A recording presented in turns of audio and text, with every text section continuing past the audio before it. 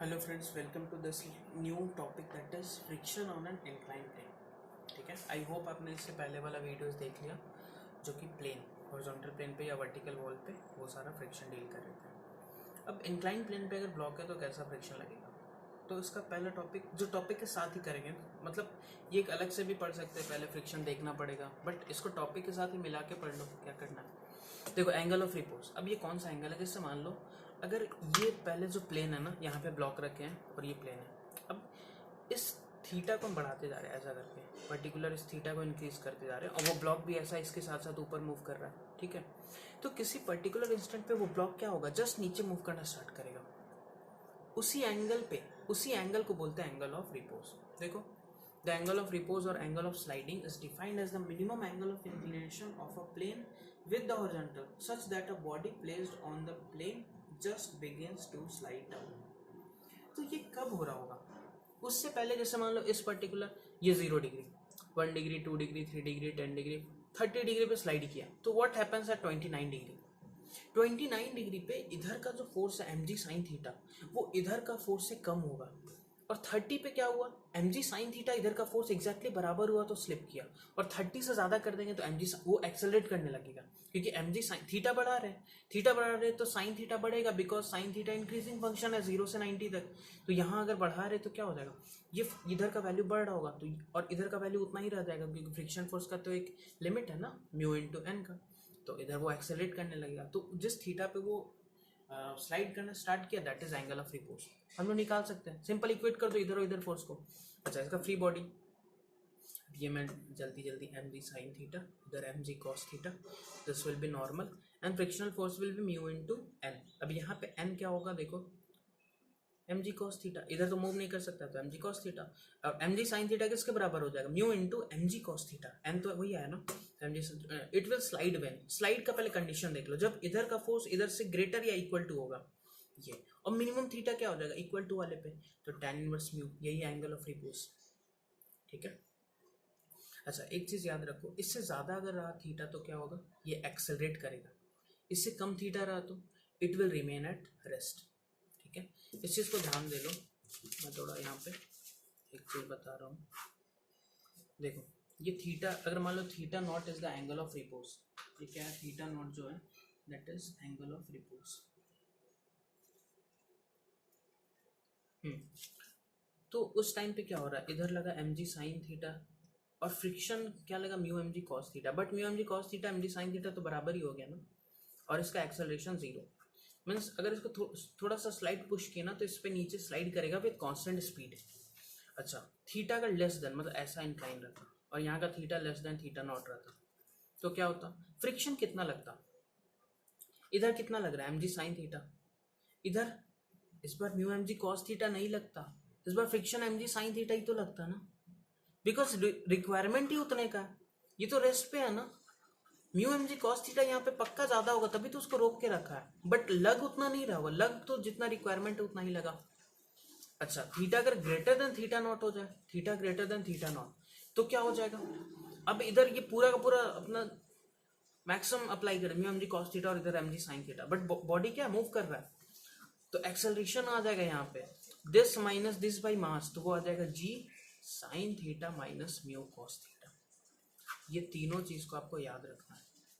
Angle of repose पे क्या वो तो देख लिया, लेस देन में क्या होगा, बॉडी एक्सेलरेशन भी 0, वेलोसिटी भी 0, बिल्कुल रेस्ट। और फ्रिक्शन कोई पूछे तो उस वक्त m ji sine theta, because उतना ही का रिक्वायरमेंट है, इधर उतना ही तो लग रहा है ना। Theta greater than theta not, body इससे ज्यादा कर दिया ना, एंगल ऑफ जिसे स्लाइड किया उससे ज्यादा कर दिया, तो ऑब्वियसली एक्सेलरेट करेगा, इधर एम जी साइन थीटा, इधर mu M G cos theta, तो एक्सेलरेशन क्या होगा, this minus this by mass, इतना आ जाएगा एक्सेलरेशन। ठीक है, देखो फिर से उसी टाइप का क्वेश्चन मैं बोला था ना, एक क्वेश्चन हम लोग इंक्लाइन में करेंगे, range of F for which block will be at rest. अच्छा, मिनिमम हम लोग क्या चाहेंगे कि ये ब्लॉक जो नीचे जा रहा था उसको बस रोक के रखे, तो मिनिमम में फ्रिक्शन किधर लगेगा, ऊपर। ब्लॉक का टेंडेंसी नीचे जाने का होगा बट फ्रिक्शन ऊपर लगेगा, और मैक्सिमम में क्या, अब इतना हम फोर्स लगाया कि ब्लॉक का टेंडेंसी ऊपर जाने का हो गया, तो ब्लॉक का टेंडेंसी अगर ऊपर जाने का तो फ्रिक्शन किधर लगेगा, नीचे। ये बिल्कुल याद रखना। तो देखो यहाँ सारा लिखा हो ब्लैक एंड, तो friction, block is tendency to move down, तो फ्रिक्शन किधर लगेगा, ऐसा, वही म्यू एन मैं यहाँ लिया हूँ, इसको ड्रॉ कर लो, इधर M G sine theta m जी कॉस थीटा एन एफ। अब इधर मूव नहीं कर सकता है, एन आ जाएगा mg cos थीटा। अच्छा f plus mu n will be mg sin theta, तो मिनिमम इतना आ गया। f is maximum and block has tendency to move up. Move up तो फ्रिक्शन किधर लगेगा, नीचे, तो इसको सॉल्व कर लो। f इक्वल्स टू इधर n equals to mg cos theta, f equals to mg sin theta plus mu n, n हो जाएगा म्यू, सॉल्व कर लो। ठीक है, तो मिनिमम इतना, मैक्सिमम इतना। अच्छा यहाँ पे भी सेम कॉन्सेप्ट। अब सोचो इधर लग कितना रहा है mg sin थीटा, अगर हम force exactly mg sin theta ही लगाते, मतलब हम भी ऊपर क्या लगा दिए mg sin थीटा, तो व्हाट विल हैपन, फ्रिक्शन आएगा ही नहीं, उसको जरूरत ही नहीं पड़ा ना, सारा का सारा फोर्स तो एक्सटर्नल बैलेंस कर लिया, इधर mg sin थीटा, इधर भी mg sin थीटा, तो f will be equals to 0। इससे ज्यादा इधर लगाए तो फ्रिक्शन नीचे, इससे कम इधर लगाए तो फ्रिक्शन इधर ही लगेगा, उसको सपोर्ट करेगा। तो देखो ये इससे मिनिमम में क्या हो रहा है, mg sin थीटा पे 0 है, उससे कम फोर्स में क्या फ्रिक्शन ऊपर लग रहा है, बिकॉज ब्लॉक का टेंडेंसी नीचे मूव करने का। फ्रिक्शन अगर हम फोर्स को उससे ज्यादा कर दिए, मतलब mg sin थीटा से ज्यादा, तो ब्लॉक का टेंडेंसी ऊपर मूव करने का, तो फ्रिक्शन नीचे लग रहा होगा। अच्छा फ्रिक्शन का डायरेक्शन देखो कैसा चेंज हो रहा है, ये ऐसा करके एफ मिनिमम, ये जो ये देखो ये ग्राफ है फोर्स और फ्रिक्शन का, तो जब हम फोर्स को एफ मिनिमम पे रखें, मतलब ये वाला, तो फ्रिक्शन क्या ऊपर लग रहा था, और वो मैक्सिमम वैल्यू ये, ठीक है। अब क्या हुआ, मैक्सिमम ही तो लगा ना म्यू mg cos थीटा, उसका जैसे जैसे हम इस फोर्स को बढ़ाते गए तो ये फ्रिक्शन का रिक्वायरमेंट कम हुआ, डिक्रीज हुआ, और किसी पर्टिकुलर पे 0 आ गया। क्या क्या बता सकती है ये पर्टिकुलर वैल्यू है क्या, that is mg sin theta, ये वाला, this is mg sin theta. फिर अब हम ये फोर्स को बढ़ा रहे तो फ्रिक्शन अब निगेटिव में क्यों गया, क्योंकि फ्रिक्शन डायरेक्शन चेंज कर दिया, पहले ऊपर लग रहा था अब नीचे लगने लगा, तो ये ऐसा करके आके यहाँ तक, और उसके बाद भी हम फोर्स बढ़ा लिए, मतलब इससे ज्यादा कर ली तब तो फ्रिक्शन भी नहीं बचा पाएगा, ब्लॉक ऊपर मूव करेगा, और इससे कम कर दिए तो ब्लॉक नीचे जाएगा ही जाएगा। तो ये रेंज है जिस एफ पे वो ब्लॉक वहां पे रेस्ट पे रह सकता है। ठीक है, नेक्स्ट इस क्वेश्चन को सॉल्व करना। अब आप लोग पता क्वेश्चन सॉल्व कर सकते हो लॉजिकली फ्रिक्शन का। देखो 20√2 45 डिग्री 5 kg म्यू 0.4, पहले ब्रेक करो 20 20 n f। ठीक है, अब f क्यों लिए, क्योंकि हम लोग अब पता नहीं है ना कि ये ब्लॉक रेस्ट में है कि एक्सेलरेशन तो पूछा है, लेकिन हो सके रेस्ट पे हो, तो f ले लो। अब f का रिक्वायरमेंट के हिसाब से हम लोग देखेंगे, देखो तो इधर 20 ऊपर 20 इधर n, तो n का वैल्यू पहले निकाल लो इधर वाला बैलेंस करके, तो n क्या हो जाएगा 50 इंटू 0.6 माइनस 20, n आ जाएगा 10। ठीक है, अब म्यू इंटू n का वैल्यू देखो, म्यू इंटू n का वैल्यू आ गया 4 न्यूटन, इधर लगा 4, इधर कितना लग रहा है 50 इंटू 0.8 मतलब 40, तो इधर लगा 40 और इधर 20 प्लस 4 24, तो ऑब्वियसली ये ब्लॉक इधर मूव करेगा, तो 40 माइनस 20 इस डायरेक्शन में देखो, 40 माइनस 20 माइनस ये 4 क्या frictional force divided by mass, acceleration आ गया। ठीक है, थर्ड क्वेश्चन क्या है interesting, theta is gradually increase, फिर से 0 से 90 तक ले जा रहे, comment on contact force. Contact force याद है क्या था, resultant of normal force and frictional force, that is under root of n square plus f square. देखो ध्यान से, theta naught suppose angle of repose है, ठीक है, सोचो एंगल ऑफ रिपोज पे क्या हुआ था, mg sin थीटा और म्यू mg cos थीटा बराबर, तो फ्रिक्शनल फोर्स भी mg sin थीटा, और नॉर्मल फोर्स क्या हो जाएगा mg, नॉर्मल फोर्स तो ऑलवेज mg cos थीटा होगा ना, इस थीटा को हम कितना भी ऐसे इंक्रीज कर ले उसका नॉर्मल जो होगा वो mg cos थीटा है, फ्रिक्शन चेंज होते रहेगा। Theta less than theta not, मतलब एंगल ऑफ रिपोज से जब कम था तो फ्रिक्शन कितना था याद है, mg sin थीटा ही था, और एक्सेलरेशन 0 था, आप याद करो। Theta greater than theta not, तो फ्रिक्शनल फोर्स पूरा का पूरा अपना लगा दिया, लेकिन तब भी mg sin थीटा को हरा नहीं पाया, तो mg sin थीटा ज्यादा, mg sin थीटा, तो इसका एक्सेलरेशन कुछ आया था याद है ये वाला, और फ्रिक्शनल फोर्स इसमें ये लगा म्यू mg cos थीटा, और theta less than theta not mg sin theta. तो सॉल्व करो, अब देखो theta less than theta not में नॉर्मल कितना mg cos थीटा, फ्रिक्शन कितना mg sin थीटा, इसका अंडर रूट करो, under root of n square plus f square, तो आ जाएगा mg। Theta equals to theta not पे क्या, n equals to mg cos theta, frictional force क्या हो जाएगा, frictional force mu mg cos theta होगा, बट इसको mg sin थीटा भी तो लिख सकते हैं, तो frictional force mg sin theta, normal force mg cos theta, तो r विल बी फिर से under root of n square plus f square. Theta greater than theta not में नॉर्मल तो mg cos थीटा ही है, बट फ्रिक्शन क्या हो गया है mu mg cos theta, mu mg cos theta, तो under root of this square plus plus this square, ये आ जाएगा mg cos theta into under root of 1 plus mu square. ये हो रहा है क्या बोल सकते हैं, कॉन्टैक्ट फोर्स r। अच्छा ये देखो, अब ये कैसा क्वेश्चन है, what time it will take to reach the ground and with what velocity. ठीक है, ये M mass L N theta greater than tan inverse mu, इसको यहाँ से रिलीज कर रहे हैं, तो इसका नीचे का एक्सेलरेशन क्या, theta greater than tan inverse ये एंगल ऑफ रिपोज ही तो है ना, इसका मतलब वो बता रहा है कि वो मूव करेगा नीचे एक्सेलरेशन से। एक्सेलरेशन ये याद रखना है। डिस्टेंस कितना जाना है s, you apply v equals to u plus a t, v square equals to u square plus 2s, you will get the answer. ठीक है, ये अच्छा क्वेश्चन है, देखो ध्यान से। इस क्वेश्चन में बहुत सारा चीज़ क्लियर होने वाला है। एक ब्लॉक है जिसको हम वी नॉट से प्रोजेक्ट किए, theta greater than tan inverse mu, mu इसका कोफिशिएंट ऑफ फ्रिक्शन। ठीक है, हाउ फार, ये यहाँ से यहाँ कितना दूर जाके रुकेगा, हाउ लॉन्ग, कितने टाइम के बाद, जब विथ वॉट स्पीड, जब वो वापस आएगा तो इस पॉइंट को कितने स्पीड से क्रॉस करेगा। Find time of ascent to time of descent ratio, उसका रेशियो नहीं, मतलब ऊपर जाने में कितना टाइम डिवाइडेड बाई नीचे में कितना टाइम। ठीक है, जब वो ऊपर जा रहा होगा तो फ्रिक्शन किधर लगेगा, दिमाग लगाओ पहले। फ्रिक्शन नीचे लगेगा, बिकॉज उसको अपोज करना है ना, ब्लॉक ऊपर जा रहा, फ्रिक्शन नीचे, तो एम जी साइन थीटा और mu M G cos theta एक ही डायरेक्शन में लग गया, तो नीचे का एक्सेलरेशन क्या हो जाएगा, m ji sine theta plus mu M G cos theta by m, यही तो आएगा। बट वो ब्लॉक के लिए तो रिटार्डेशन हो गया ना, क्योंकि ब्लॉक ऊपर जा रहा है और एक्सेलरेशन नीचे है, तो रिटार्डेशन। अब ऊपर के डायरेक्शन को पॉजिटिव मान लो, तो u is equals to V naught, A आ गया इतना। हाँ, ये क्यों हुआ, तो फ्रिक्शन जो है वो नीचे लग रहा है। ठीक है, अब कितना डिस्टेंस, तो यू स्क्वायर बाई 2 है, v square u square plus 2s लगा दिया, आ गया, यही तो एल आया ना जो डिस्टेंस। अच्छा, कितना टाइम लगेगा, तो u by a, v equals to u plus a t, ये दोनों तो आंसर हो गया। अब अच्छा, ये क्यों यहाँ वापस आएगा ना, ये भी लॉजिक समझो, क्योंकि ये जब यहाँ जाके कहीं रुकेगा उसके बाद ये कंडीशन देखो, theta greater than theta not, तो फिर से वापस आएगा, क्योंकि एंगल ऑफ रिपोज से ज़्यादा एंगल है, तो ये यहाँ पे रेस्ट पे रुक नहीं जाएगा, ये फिर से वापस आएगा। अगर यहाँ ये कंडीशन इसीलिए तो गिवन है ना,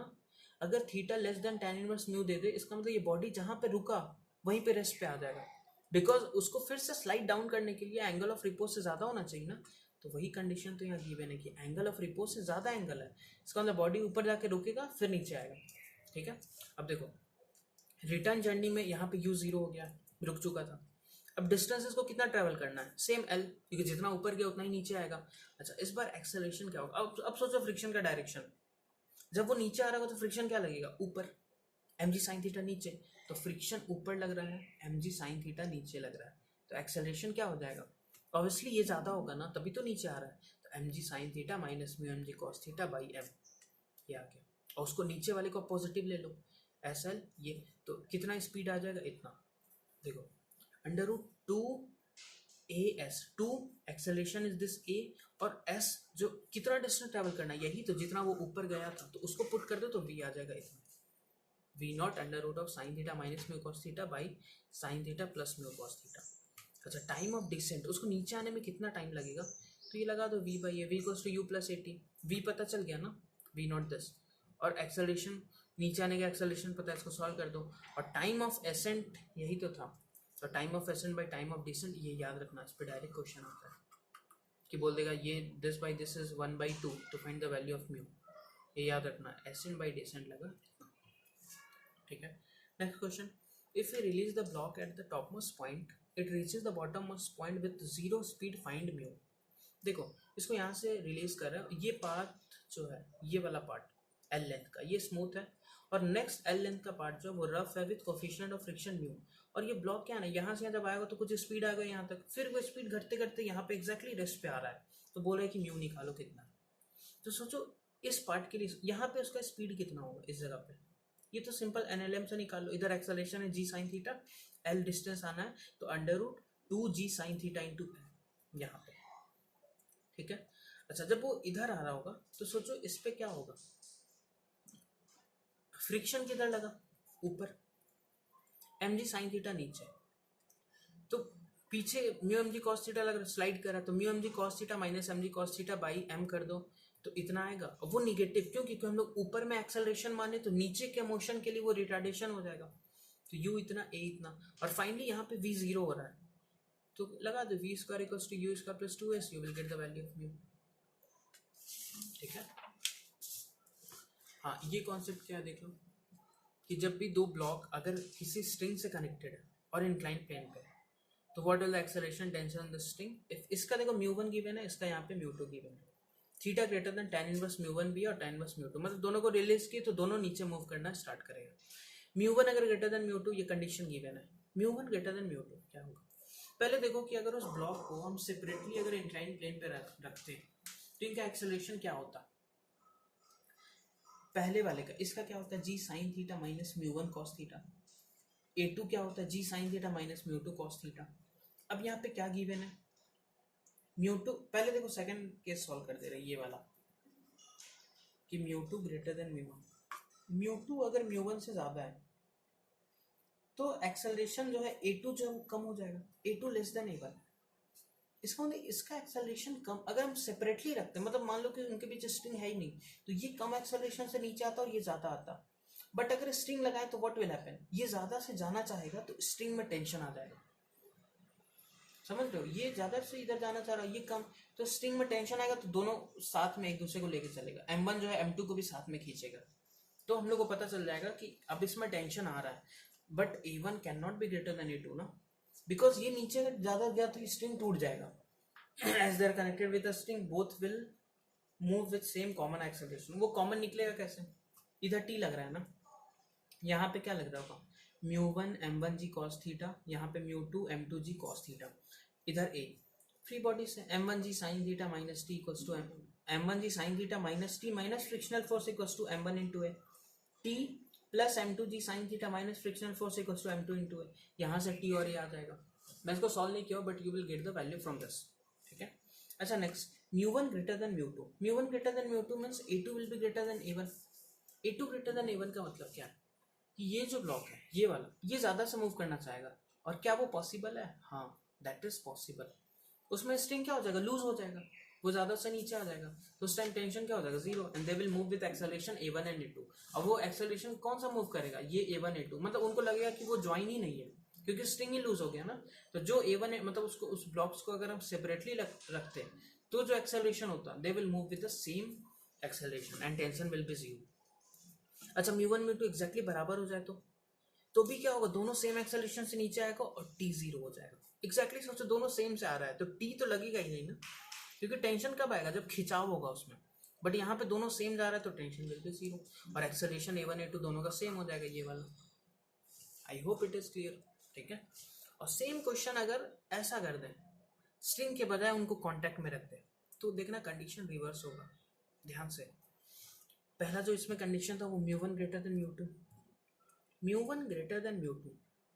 इसका जो फ्रिक्शनल फोर्स है वो ज़्यादा है तो ये कम एक्सेलरेशन से जाएगा और ये ज़्यादा से जाएगा। अब ये जहाँ ज़्यादा से गया तो ये तो उस पर फोर्स लगा है, इसका मतलब वो दोनों सिंगल बॉडी बन के बिहेव करेगा।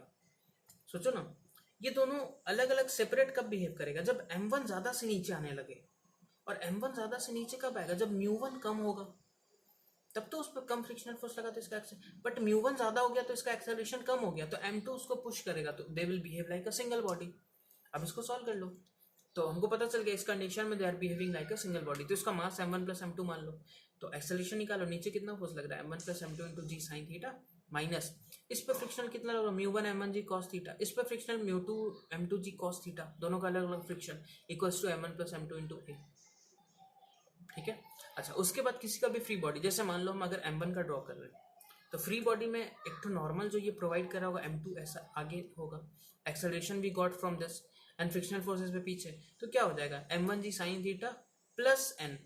Minus f equals to M1 into A, और f क्या हो जाएगा max mu one M1 G cos theta. Clear, and ये कंडीशन देख लो कि म्यू वन, अब म्यू टू ज़्यादा है म्यू वन कम है, म्यू वन कम है तो इसका एक्सेलरेशन ज़्यादा होगा, और इसका एक्सेलरेशन अगर ज़्यादा हुआ तो ये दोनों सेपरेट हो जाएगा, और इन दोनों ये दोनों फिर सेपरेट अगर हुआ तो कौन सा एक्सेलरेशन से मूव करेगा, यही acceleration same G sine theta minus mu one cos theta G sine theta minus mu two cos theta वो हो जाएगा। अच्छा दोनों का अगर बराबर भी हो गया तो भी same A1 A2 will be same and उस वक्त नॉर्मल जीरो, और जब अगर सेपरेट हो गया तब तो नॉर्मल जीरो होगा ही। तो ये याद रखना है। देखो ध्यान से, टेंशन में ना कब टेंशन आएगा, जब ये कम एक्सेलरेशन से जाना चाहेगा और ये जहाँ ज़्यादा से जाना चाहा कि टेंशन आ जाएगा स्ट्रिंग में, तो ये कंडीशन दूसरा था, और ये अगर ज़्यादा से जाना चाहा तो सेपरेट हो गया, तो यहाँ पे जब नॉर्मल जीरो हो रहा है ना तब यहाँ टेंशन नॉन जीरो होगा, और यहाँ पे जब टेंशन जीरो होगा तो यहाँ पे नॉर्मल नॉन जीरो होगा, कंडीशन अलग अलग होगा, ध्यान रखना, ठीक है। This is the complete incline plane numericals, ठीक है। नेक्स्ट एक मैं पार्ट ला रहा हूँ miscellaneous numericals, 2 block and 3 block बाद में करेंगे, उससे पहले कुछ मिसलेनियस प्रॉब्लम्स इस फ्रिक्शन पे देखते हैं, ठीक है। तो वो नेक्स्ट पार्ट में रहेगा।